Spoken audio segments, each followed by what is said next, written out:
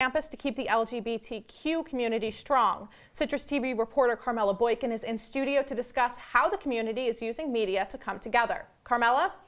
Thanks, Gabrielle. October is LGBTQ History Month, and the SU Resource Center held a conference on Saturday to highlight queer and transgender people of color. Titled Queering Airwaves, the event focused on telling stories of the community through different media platforms.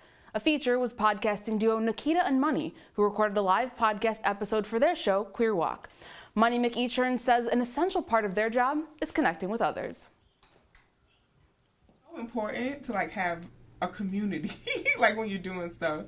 And I know my experience of being a queer woman of color, but I know there are numerous different ones. Co-host Nikita Slade says Queer Walk is unique because it brings together traditionally separate communities. When you see podcasts, you'll find a lot of things, just things in general.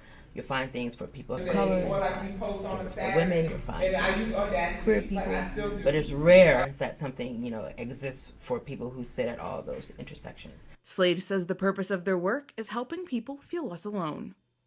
We want people to know that they're not the only ones out there, especially queer women of color, but queer trans people of color in general. McEachern says both their podcast and Queering Airwaves are about far more than themselves. I've realized that in real time, we create LGBT history. We always watch these videos on YouTube of queer elders talking about things they did in their youth, and we're actually doing that right now.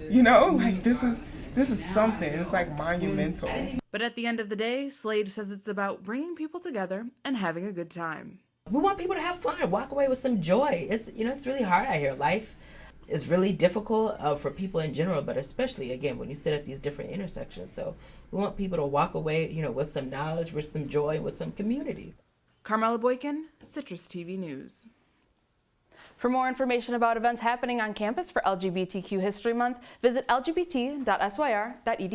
Back to you guys. All right.